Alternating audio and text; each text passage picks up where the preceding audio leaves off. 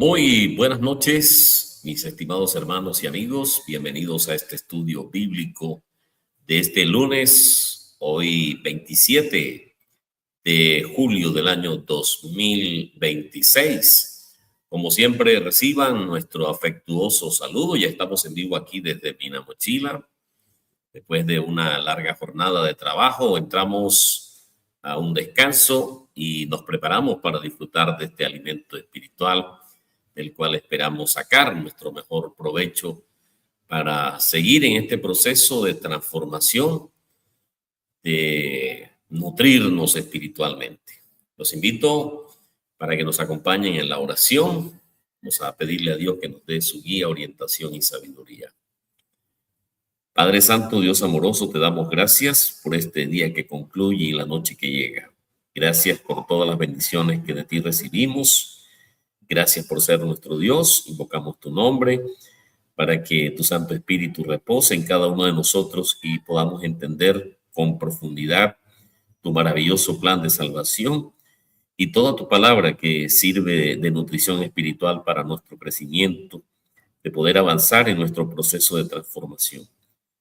Perdónanos, guíanos siempre con tu verdad, danos sabiduría y entendimiento para tomar decisiones correctas. En Cristo Jesús te lo pedimos. Amén.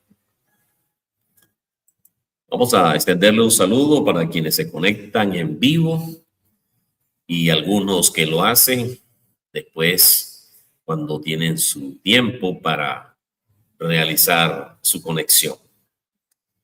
Vamos hoy con este tema que hemos traído en la noche de hoy, en el cual vamos a tratar un tema que es muy relevante para nuestros tiempos. No temas, manada pequeña, porque a nuestro Padre le ha placido darles el reino. Empecemos diciendo qué es lo que nos motiva en nuestra vida. Cuando nos levantamos en la mañana, ¿qué nos da fuerzas y nos da energía para tener que enfrentar los problemas que nos abruman y para seguir adelante? En medio de todas las dificultades, adversidades, pruebas, Jesucristo pronunció algunas palabras más poderosas y que son reconfortantes jamás dichas. Tratando de animar a sus discípulos, les dijo en Lucas capítulo 12, versículo 32, no temáis, manada pequeña, porque a vuestro Padre le ha placido daros el reino. ¿Y cuál es ese reino? ¿Y qué significa para nosotros estas poderosas palabras? El reino de Dios es el eje central de la Biblia. Recibimos la gracia y la salvación mediante el sacrificio de nuestro Señor Jesucristo para poder ser parte de ese reino por siempre como miembros de la futura familia de Dios. Los profetas y los apóstoles hablaron repetida y elocuentemente acerca del establecimiento del reino de Dios, que es la transformación espiritual de los cristianos en hijos e hijas inmortales para integrar la familia de Dios. En 2 de Corintios, en el capítulo 6, en el versículo 18, leemos textualmente la palabra de Dios. Dice, y seré para vosotros por padre y vosotros me seréis hijos e hijas, dice el Señor Todopoderoso, que es el principal propósito y enfoque del eterno Dios. El reino, según profetizó Daniel, no será jamás destruido y permanecerá para siempre. Daniel capítulo 2, versículo 44. En agudo contraste con las tribulaciones de este mundo y de acuerdo a las profecías, vemos que más allá del presente habrá una época maravillosa de paz y esplendor sin precedentes. Vayamos a Isaías en el capítulo 11, versículos 6 al 9, nos dice, morará el lobo con el cordero y el leopardo con el cabrito se acostará. El becerro y el león y la bestia doméstica andarán juntos y un niño los pastoreará. La vaca y la osa pasarán, sus crías se echarán juntas y el león como el buey comerá paja. Versículo 8. Y el niño de pecho jugará sobre la cueva del aspid, y el recién destetado extenderá su mano sobre la caverna de la víbora. No harán mal ni dañarán en todo mi santo monte, porque la tierra será llena del conocimiento del Eterno, como las aguas cubren el mar. Y ahí mismo en Isaías 35, versículos 1 y 2, nos dice: se alegrará en el desierto y la soledad, el yermo se gozará y florecerá como la rosa, florecerá profusamente y también se alegrará y cantará con júbilo. La gloria del Líbano le será dada, la hermosura del Carmelo y de Sarón. Ellos verán la gloria del Eterno, la hermosura del Dios nuestro. Versículo 5. Entonces los ojos de los ciegos serán abiertos y los oídos de los sordos se abrirán. Versículo 6. Entonces el cojo saltará como un ciervo y cantará la lengua del mudo, porque aguas serán cavadas en el desierto y torrentes en la soledad. Versículo 7. El lugar seco se convertirá en estanque y el sequedal en manaderos de aguas. En la morada de chacales, en su guarida será lugar de cañas y juncos. Para los que estamos esperando y anticipando la llegada del reino de Dios a esta tierra, este presenta una poderosa visión para nosotros, esto que hemos leído. Y nuevamente le preguntamos, ¿qué significa todo esto que presentamos como una visión del futuro reino de Dios aquí en esta tierra? Tenemos que empezar diciendo que hay un cambio inesperado de planes. Las palabras que están consignadas en la Biblia, en los libros de Daniel e Isaías, podemos vislumbrar una visión sustentadora y orientadora. Esta visión también nos puede motivar a imaginar lo que Dios ha planeado para toda la humanidad que guardan la esperanza de un mundo mejor. Hay un plan maravilloso que Dios tiene para usted, para mí, para toda la humanidad, y es revelado en las fiestas bíblicas anuales.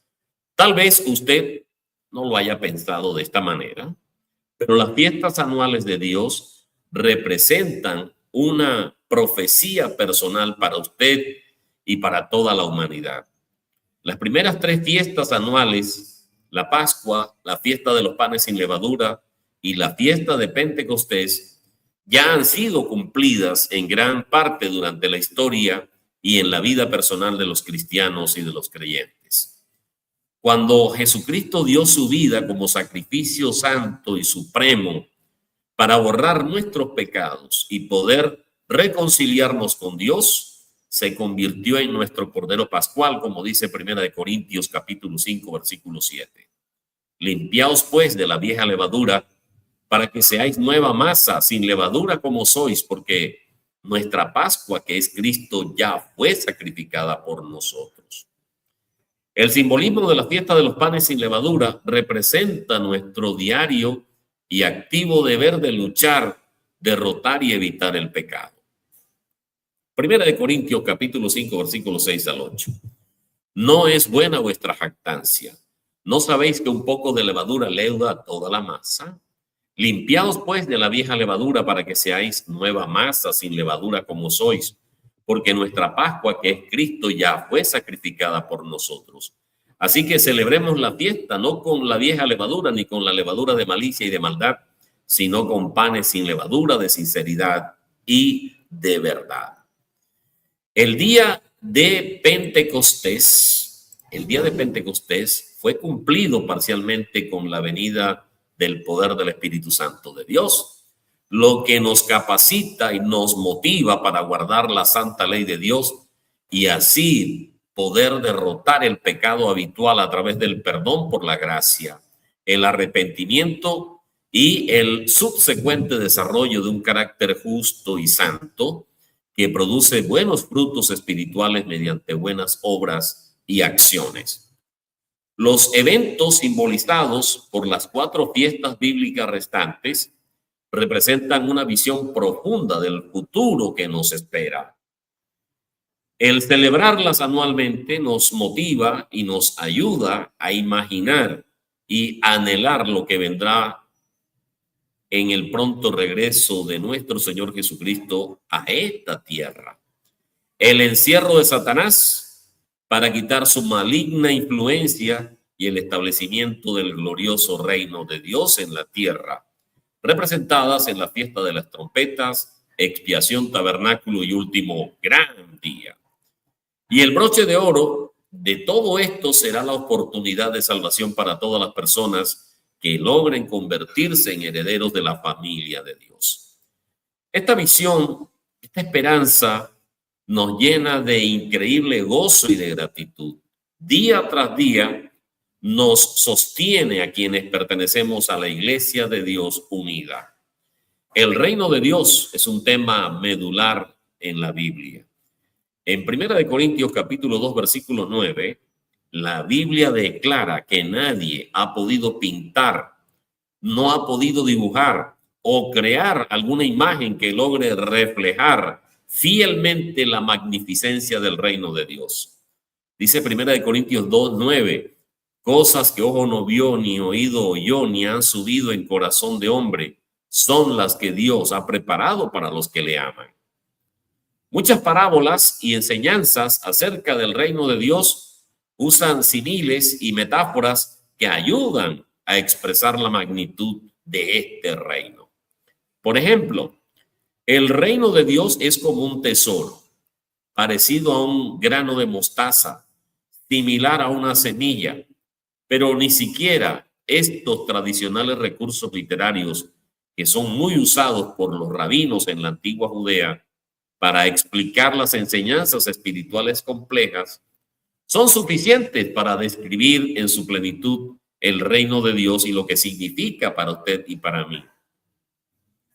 Incluso Jesús dijo en Marcos 4:30, ¿a qué haremos semejante el reino de Dios o con qué parábola lo compararemos?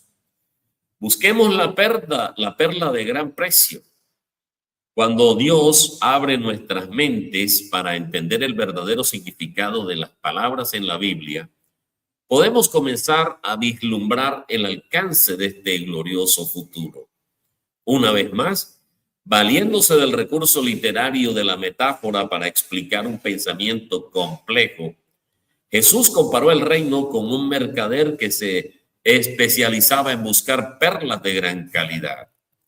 Para hacer esto, la persona tenía que tener una sólida posición económica. Él o ella debían ser ricos. Jesús contó que un día cierto mercader vio la perla. Nunca había visto algo similar. Era muy grande, espectacular y única. Su precio era altísimo, pero era tan extraordinaria que en realidad lo valía. ¿Y qué sucedió? El mercader vendió todo lo que tenía para comprarla. Esta perla era tan especial, tan escasa en su tipo, que el obtenerla muy bien merecía semejante sacrificio. Este relato se encuentra en Mateo capítulo 13, versículos 45 y 46. Para entender nuestro gran futuro y alcanzarlo con la misma pasión de aquel mercader, Jesús nos dice que no debemos preocuparnos por las cosas físicas. Lucas capítulo 12, versículos 22 y el versículo 30 se resume así.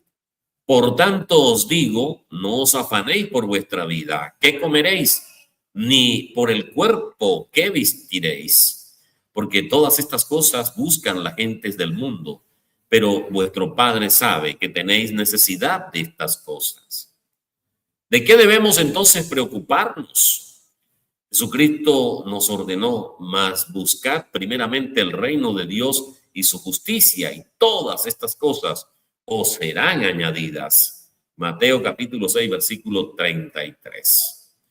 Transformemos la meta de Dios en nuestra meta.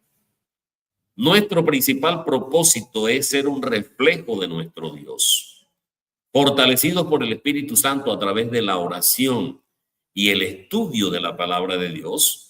Debemos prepararnos constantemente derrotando con la ayuda de Dios los defectos de nuestro carácter, creciendo diariamente en la gracia y en el conocimiento de Jesucristo, luchando para obedecer todos los mandamientos de la ley de Dios, produciendo y desarrollando el amor espiritual de unos por los otros, enfocándonos en tratar de ser como Dios lo es, todo para recibir el don de la vida eterna y entrar en su reino.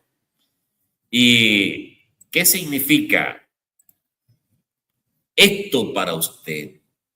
Indudablemente es una gran noticia que el plan de Dios esté intensamente enfocado en llevar muchos hijos a la gloria. ¿Qué podríamos nosotros aprender de todo esto? Que a menos que nos sometamos con humildad a la voluntad de Dios en nuestras vidas, podemos perder el enfoque y la visión de su reino. Antes de que se establezca el reino de Dios en esta tierra, Jesús enfatiza que las buenas nuevas del Evangelio del reino de Dios y su significado serán proclamadas, declaradas y predicadas a todo el mundo. Mateo 24, versículo 14, será predicado este evangelio en todas las naciones, en todo el mundo, como testimonio a las naciones. Y luego vendrá el fin. Nosotros, los miembros de la Iglesia de Dios Unida, hemos dedicado nuestras vidas en hacer nuestra parte en el cumplimiento de este importante objetivo en la medida en que Dios nos guíe y nos lo permita. Jesús dijo a sus fieles seguidores en Apocalipsis capítulo 3, versículo 8, he puesto delante de ti una puerta abierta para predicar el evangelio. Y como Dios nos acompaña, caminaremos a través de ella. El hecho de que usted esté en este momento participando de este estudio bíblico es evidencia de nuestro compromiso como miembro de la Iglesia de Dios. Con respecto al reino de Dios, sabemos por la Biblia que el Padre desea que todos los hombres lleguen a la salvación y vengan al conocimiento de la verdad. Además, leemos en la inquebrantable palabra de Dios que todas las naciones guardarán la fiesta de los tabernáculos durante el reino de Dios, en Zacarías capítulo 14, versículo 16. Jesús mismo guardó la fiesta de los tabernáculos en Juan capítulo 7, que representa el futuro reino de Dios, dándonos un ejemplo a seguir. Le exhortamos a que se aferre a su visión personal del venidero reino de Dios y que busque a Dios para derrotar el pecado y crecer en la gracia y en el conocimiento de la verdad de Dios. Y por sobre todas las cosas, nunca olvidemos el mandamiento de Jesús que leemos en Mateo capítulo 6, versículo 33, más buscad primeramente el reino de Dios y su justicia. El cristianismo tradicional está preocupado por llenar sus templos de fieles y hacen sus mejores esfuerzos para tener nuevos seguidores cada día. Fundamentan esta conducta en que estamos viviendo en la única época de salvación disponible para la humanidad. Ellos dicen que si una persona no se salva en este tiempo, se perderá para siempre. Pero que una idea sea aceptada y seguida por la gran mayoría no significa que sea la correcta. Para conocer la respuesta correcta, debemos buscar en el manual de instrucciones que Dios dejó a su pueblo, que es la Biblia. En la palabra de Dios se nos dice que el pueblo de Dios en la actualidad, es decir, la Iglesia de Dios, al contrario de la que la mayoría piensa, es un pueblo muy pequeño, casi que insignificante comparado con la población mundial. Y justamente esta es una de las enseñanzas que nos deja la fiesta de Pentecostés. Necesitamos entender el significado de la fiesta santa para darnos cuenta de que la Iglesia de Dios sería una manada pequeña, una cosecha pequeña en esta primera etapa del plan de Dios. En este estudio bíblico veremos algunas razones de por qué la Iglesia de Dios siempre ha sido pequeña y lo seguirá siendo hasta la segunda venida de Jesucristo. Dios no quiere llamar a todo el mundo a formar parte de su iglesia ahora. La palabra de Dios es muy clara y contundente en Romanos capítulo 11, versículo 5, que nos dice En este tiempo ha quedado un remanente escogido por gracia. La palabra remanente aplicada a personas nos da la idea de un grupo pequeño reservado para un propósito especial. En Lucas capítulo 12, versículo 32, la Biblia nos dice: no temáis, manada pequeña, porque a vuestro Padre le ha placido daros el reino. Aquí de manera directa Dios llama a su pueblo una manada pequeña, haciendo nuevamente énfasis, una alusión a un grupo muy reducido al cual le tiene reservado el reino a la segunda venida de Jesucristo. Los cristianos actuales somos las primicias de la salvación. Lo que implica la Biblia es que ahora el pueblo de Dios es pequeño, pero en el futuro será grande y numeroso. En Santiago capítulo 1 versículo 18 se nos dice: Él de su voluntad nos hizo nacer por la palabra de verdad, para que seamos primicia de sus criaturas. Claramente, Dios identifica a sus hijos como primicias, dando a entender que son un grupo pequeño, pionero de un grupo mayor, que vendrá luego del retorno de Jesucristo. En Apocalipsis capítulo 14, versículo 4, el apóstol Juan nos dice: estos son los que no se contaminaron con mujeres, pues son vírgenes. Estos son los que siguen al Cordero por donde quiera que va. Estos fueron redimidos de entre los hombres como primicias para Dios y para el Cordero. En la actualidad, vemos a un grupo pequeño de verdaderos cristianos frente a los más de 2.000 millones de cristianos tradicionales que no conocen ni al verdadero Jesucristo ni al verdadero evangelio del reino. Hay además alrededor de 2/3 de la población mundial que profesa otras religiones o no tienen creencias religiosas. En esta época existe solo un pequeño grupo de personas que conocen al verdadero Jesucristo y al verdadero evangelio del reino de Dios. Todos estos millones de personas deberán esperar la época posterior al retorno de Cristo para recibir su oportunidad de salvación. Dios desea que todos tengamos una oportunidad de salvación, pero deberá ser conforme a sus leyes y a su debido tiempo, conforme a su plan maestro de salvación. Existen épocas de salvación concordantes con las cosechas. En 2 de Corintios capítulo 6, versículo 2, la versión israelita nazarena en la Biblia expresa lo siguiente: porque dice: en tiempo favorable te escuché y en día de salvación te socorrí. Miren, ahora es un tiempo favorable. Miren, ahora es un día de salvación. En el plan de Dios hay distintas épocas de salvación y la nuestra es una época de salvación que termina hasta la venida de Cristo. No es la única, ya que a partir del regreso de Cristo habrá otra etapa de salvación. En 1 de Pedro, capítulo 4, versículo 17 se nos dice: porque es tiempo de que el juicio comience por la casa de Dios. La iglesia de Dios está ahora bajo el juicio de Dios. El mundo entero no está siendo juzgado en esta época, pero lo hará en el futuro.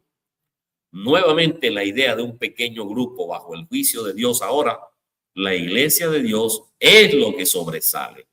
Este pequeño grupo son los primogénitos de Dios desde ahora. Vayamos a Hebreos en el capítulo 12, versículos 22 y 23. Se nos dice aquí: sino que os habéis acercado al monte de Sión, a la ciudad del Dios vivo, Jerusalén la celestial, a la compañía de muchos millares de ángeles, a la congregación de los primogénitos que están inscritos en los cielos, a Dios el juez de todos, a los espíritus de los justos hechos perfectos. Esto significa que la iglesia está formada por las personas que nacerán primero a través de la resurrección a vida espiritual en el reino de Dios.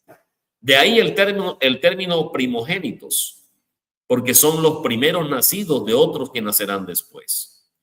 La Biblia afirma que el pueblo de Dios es un grupo reducido que Él ha llamado ahora para ayudar a los que serán llamados después.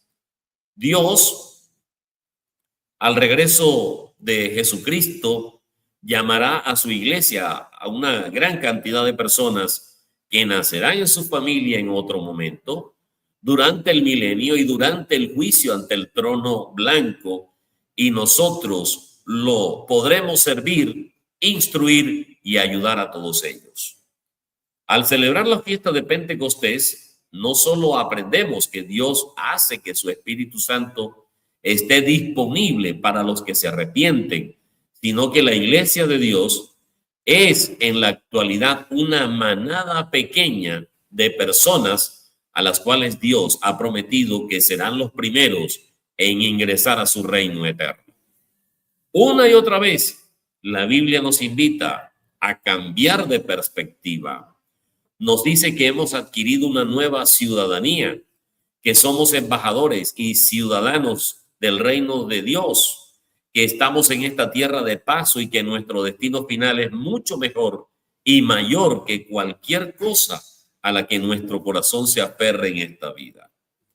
Pero lo que más impacta de las palabras de Dios en Lucas 12:32 es su ternura y la gran afirmación que hace: Dios nos ha dado el reino. Su ternura, porque aunque Jesús estaba hablándole a una multitud de millares de personas y cualquier seguidor allí habría pensado: somos una gran multitud, el Señor les dice: no temáis, manada pequeña. ¿Cómo nos conocen, Señor? Estamos llenos de temores, de inseguridades, de ansiedad y miedos que generalmente nos impulsan a reacciones totalmente equivocadas. Pero Él nos dice: no temáis, pequeño, no temáis, pequeñita, porque a Dios, que es tu Padre, le ha placido darte el reino. No solo nos dice que Dios nos ha dado el reino, lo cual es una gran afirmación, sino que nos dice que es nuestro Padre. Unos versículos atrás Jesús preguntaría: ¿qué padre de vosotros, si su hijo le pide pan, le da una piedra? ¿O si pescado en lugar de pescado le dará una serpiente? ¿O si le pide un huevo, le dará un escorpión? Pues si vosotros, siendo malos, sabéis dar buenas dádivas a vuestros hijos, ¿cuánto más vuestro Padre Celestial dará el Espíritu Santo a quienes se los pidan? Y ahora nos dice que Dios es nuestro Padre y que le ha placido darnos no algunas cosas del reino, sino todo el reino. Me gustaría que meditemos en las palabras de Dios y la realidad de quién es Dios. Y estoy seguro que nuestros temores se desvanecen si aprendemos a depositar toda nuestra confianza en aquel que una vez y otra vez nos ha dicho: no temas, manada pequeña. Recordemos que Él mismo dijo que aún los cabellos de nuestra cabeza están todos contados. No temas, pues, más vale tú que muchos pajarillos. Y una de las maneras de identificar el punto principal de un pasaje es observar la frecuencia con la que se repite una palabra o un tema. En este pasaje la palabra preocupación es la más recurrente. Fíjense en el versículo 22. Por eso os digo, no os afanéis. Dijo luego a sus discípulos: por tanto os digo, no os afanéis por vuestra vida, qué comeréis, ni por el cuerpo, qué vestiréis. Observe también la referencia a la preocupación en el versículo 25. ¿Quién de vosotros, por mucho que se afane, puede añadir un poco a su estatura? En el versículo 26 aparece la palabra ansiosos. ¿Por qué estáis ansiosos? De nuevo el versículo 29. No os preocupéis por lo que habéis de comer o beber, ni estéis en ansiosa inquietud. Finalmente, en el versículo 32 se utiliza la palabra temor. Hermanos, Jesús quiere ayudarnos a lidiar cuando nos sentimos preocupados, nos sentimos ansiosos, nos sentimos temerosos. Primero dice: no os afanéis, y luego añade: no temáis. Sin embargo, la preocupación casi siempre ignora las promesas de Dios de cuidarnos, proveernos el pan de cada día y ser nuestro protector y escudo en esta vida. Entonces, si las preocupaciones son necesidades reales y Dios mismo sabe que las necesitamos y ha prometido proveerlas, entonces, ¿por qué preocuparse? Aquí es donde entra el mandamiento de Jesús de no temer manada pequeña. Esta prohibición de Jesús no es como la de los 10 mandamientos: no robarás, no matarás, no cometerás adulterio, sino que al decir no temas, no tengas miedo, nos invita a confiar sabiendo que Él entiende nuestra condición humana. Sabe que todos en nuestra naturaleza pecaminosa vivimos la vida al borde de la ansiedad.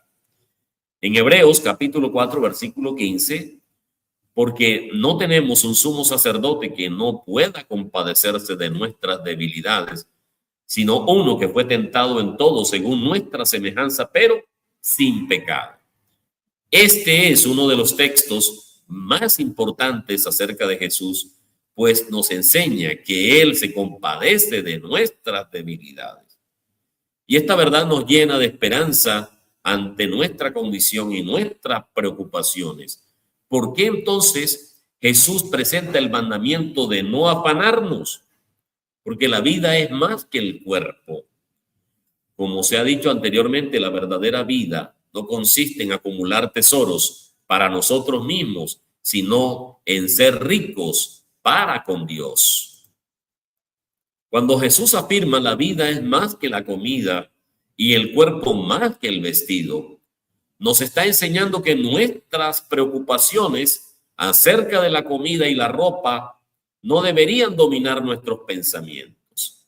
Por supuesto, necesitamos alimentos y necesitamos vestirnos, pero Jesús nos invita a mirar más allá de lo inmediato y lo material, recordándonos que la vida tiene un valor y un propósito mucho mayor que simplemente satisfacer nuestras necesidades físicas. El mismo Jesús declaró: no solo de pan vivirá el hombre, en Mateo capítulo 4, versículo 4. En el contexto del afán y la preocupación, esta frase subraya que Dios conoce nuestras necesidades y ha prometido proveer para ellas, por lo que nuestra confianza debe estar puesta en Él y no en nuestras propias fuerzas o recursos. Así, Jesús nos anima a poner nuestra fe y nuestra relación con Dios por encima de las inquietudes materiales, sabiendo que el Padre cuida de la esencia para nuestras vidas. ¿Sabía usted que el estado de pecado de la humanidad comenzó porque Eva se preocupó por la comida y terminó con Adán preocupado por la ropa, siendo después expulsados del paraíso? Desde el principio, la comida y la ropa han sido las preocupaciones del ser humano. El hombre vale más que las aves. Vamos a leer los versículos 24 y 27. Estos versículos nos presentan una de las verdades más hermosas en este pasaje, bajo el imperativo de considerar. ¿Y qué es lo que hay que considerar? Dice el versículo 24. Considerad los cuervos que ni siembran ni ciegan, que ni tienen despensa ni granero, y Dios los alimenta. ¿No valéis vosotros mucho más que las aves? ¿Y quién de vosotros podrá con afanarse añadir a su estatura un codo? Pues si no podéis ni aun lo que es menos,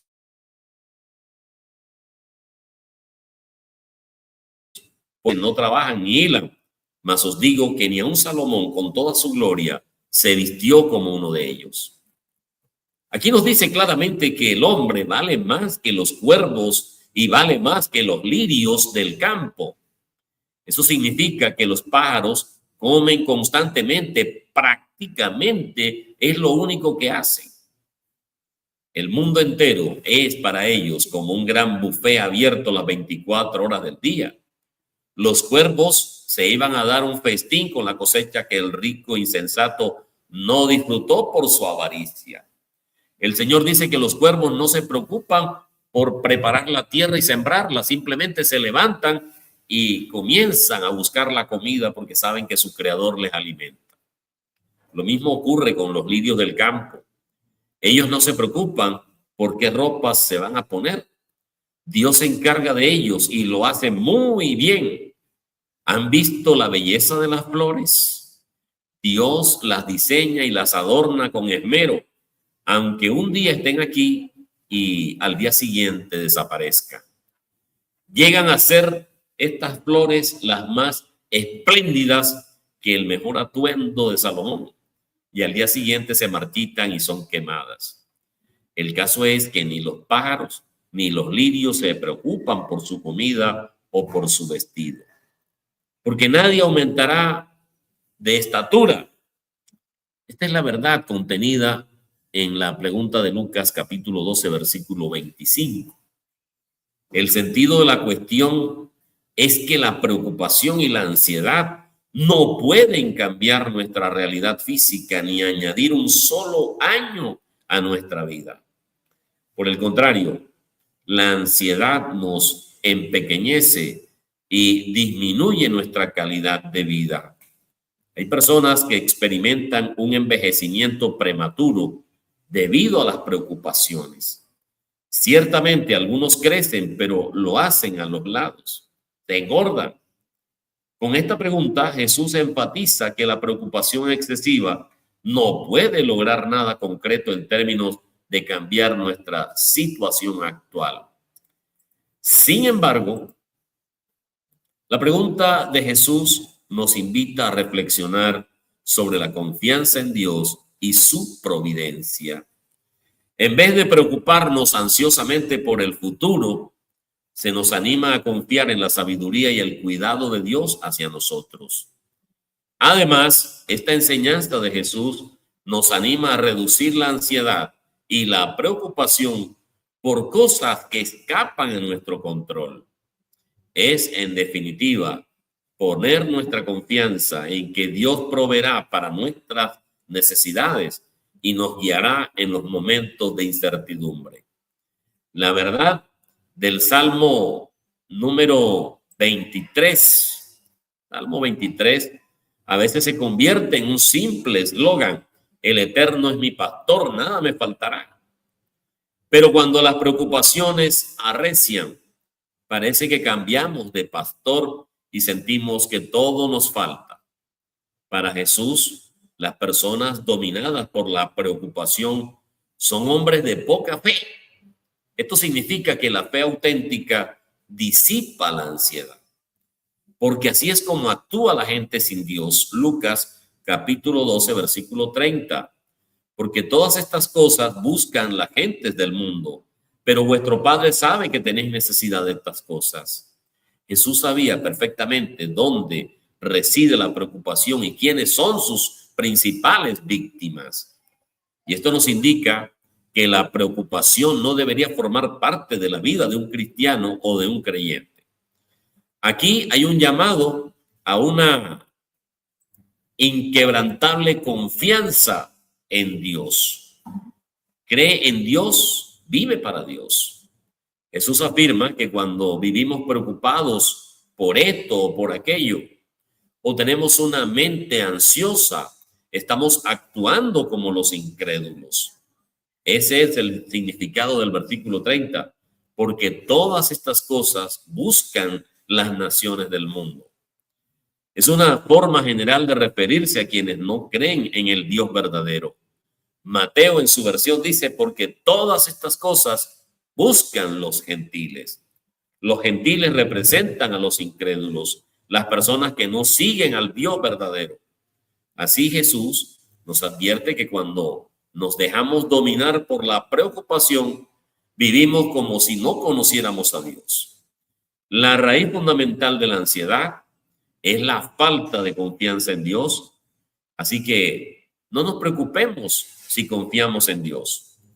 Y la cura para la ansiedad es la fe en Dios. Cristo nos exhorta a recordar que el cristiano debería avergonzarse de preocuparse por los paganos. de preocuparte como los paganos. Las personas del mundo están sumidas en una profunda ignorancia y desconocen completamente la verdadera naturaleza de Dios. Pero aquel que puede llamar a Dios su Padre y a Cristo su Salvador debe situarse por encima de estas ansiedades y preocupaciones, porque Dios conoce cada necesidad de nuestra vida. Lucas nos recuerda esta seguridad en el versículo 30. Esta sencilla declaración encierra una verdad profunda y liberadora, pero sobre todo es reconfortante. No estamos solos en nuestras preocupaciones diarias, ni dependemos únicamente de nuestro esfuerzo para solventar las necesidades de la vida. Dios, nuestro Padre, conoce cada una de nuestras carencias, sabe y conoce nuestros anhelos y nuestras angustias, incluso antes de que se las expresemos en oración. Vivimos en una sociedad donde la angustia por el futuro y la preocupación por el bienestar material parecen dominar nuestros pensamientos.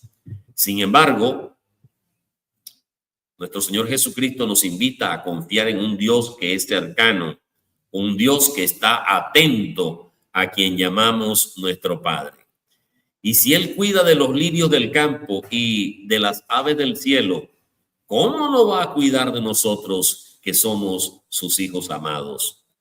La fe consiste en descansar en esta realidad, que nuestra vida está en las manos de un Padre amoroso, un Padre bueno, que sabe exactamente lo que necesitamos y que desea nuestro bien.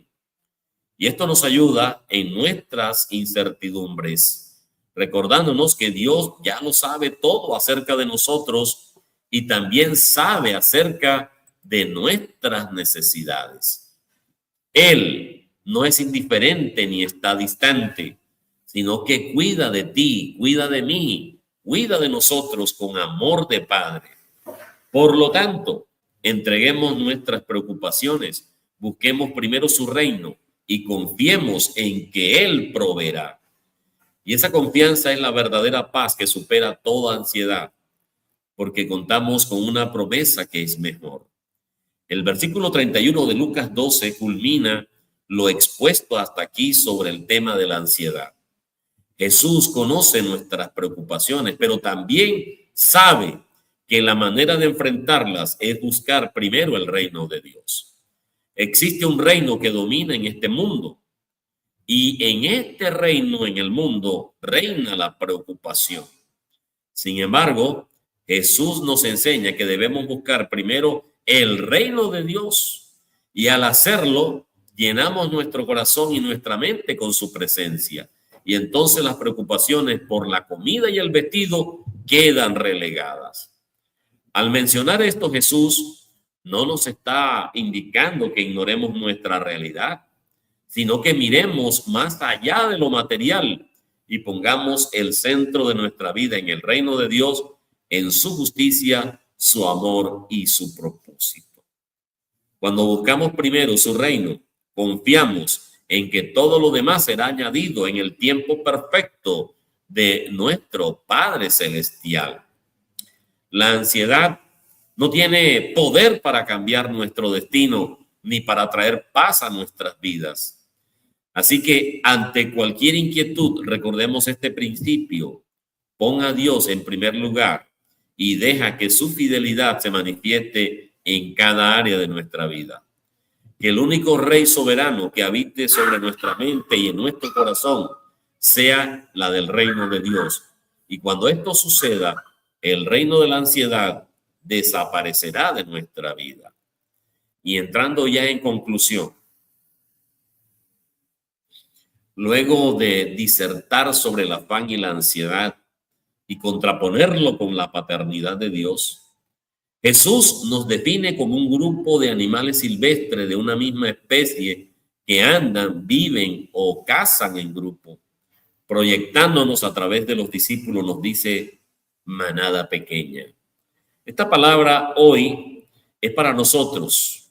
Somos esa manada pequeña, ese pequeño grupo que en medio de un mundo tan grande confía, cree y proclama el nombre de Jesucristo, el nombre de Dios.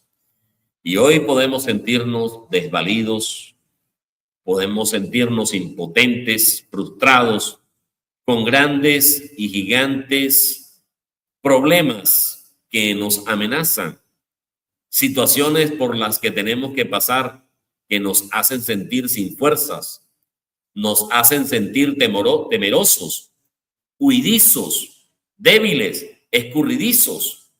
Pero esta palabra sigue vigente para todos nosotros. Somos una manada pequeña y Dios nos dice hoy: no temas, porque al Padre le ha placido daros el reino. Si Dios tiene en sus planes compartir su reino con usted, conmigo y con la humanidad, y de vivir con Él eternamente, si el Padre envió a su único Hijo a morir por nosotros, derramar hasta la última gota de su sangre por nuestra salvación, ¿no cree usted que también podrá responder al clamor, al deseo de su corazón o a su petición? El Padre tiene el poder de resolver cada problema que nos angustia, cada tribulación que estamos viviendo, cada gigante que se levanta en contra de nosotros. A Él le complace darnos su reino.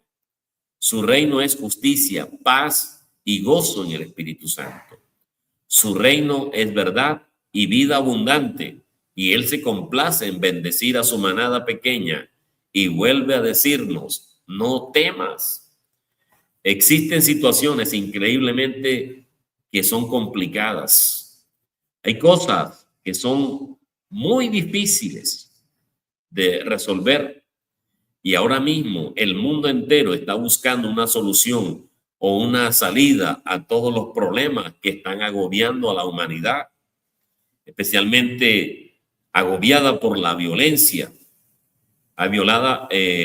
Está buscando una solución a la contaminación, está buscando una salida al problema que hoy aqueja a la humanidad. Y hoy nuestro Padre sigue estando sobre todas las cosas. Nosotros debemos confiar en Él porque somos su pueblo, somos su manada pequeña, a quienes Él respalda, cuida y bendice, porque a Él le complace hacerlo. Jesús ha dicho a sus discípulos y nos dice a nosotros también: no temáis, manada pequeña. Estas son palabras fortalecedoras y llenas de profunda esperanza ante el tema de las preocupaciones que hemos tratado esta noche aquí en este estudio bíblico. Los discípulos de Jesús no siempre han sido numerosos, pero a ellos desde el principio les ha asegurado su amor, su cuidado, su protección y provisión. Además, les dice que vendan lo poco que tienen y lo den a los pobres. Y aunque esto pueda parecer irónico, los anima a hacer tesoros en los cielos, el lugar seguro y eterno. Así pues, la preocupación se disipa si decidimos depositar nuestros tesoros en el banco del reino de Dios, porque donde está vuestro tesoro, allí estará también vuestro corazón. No tengamos temor, nuestro Padre Celestial está con nosotros. Muy bien, hermanos, hemos llegado a la parte final de este interesante tema. Esperamos que sea aceptada, que sea asimilada, entendida y que podamos depositar nuestra confianza en Dios en medio de las tribulaciones, en medio de las dificultades, porque Dios es el que provee. Dios sabe de nuestras necesidades y buscará salida a nuestros problemas, a nuestros conflictos que se nos presentan todos los días. La invitación para mañana, Dios mediante, estará Oscar Darío Sierra desde Santa Rosa del Sur de Bolívar. Queremos extenderle un saludo y un abrazo para quienes se han conectado esta noche desde distintos lugares de Colombia, de Sudamérica, Centroamérica, Norteamérica y España. Un saludo para nuestros hermanos aquí en Colombia Un saludo para nuestros hermanos en Chile, en Argentina, en Bolivia, Brasil, en Perú, en Ecuador, en Guatemala, El Salvador, Estados Unidos, Canadá, España, en distintos lugares de nuestra geografía alrededor del mundo.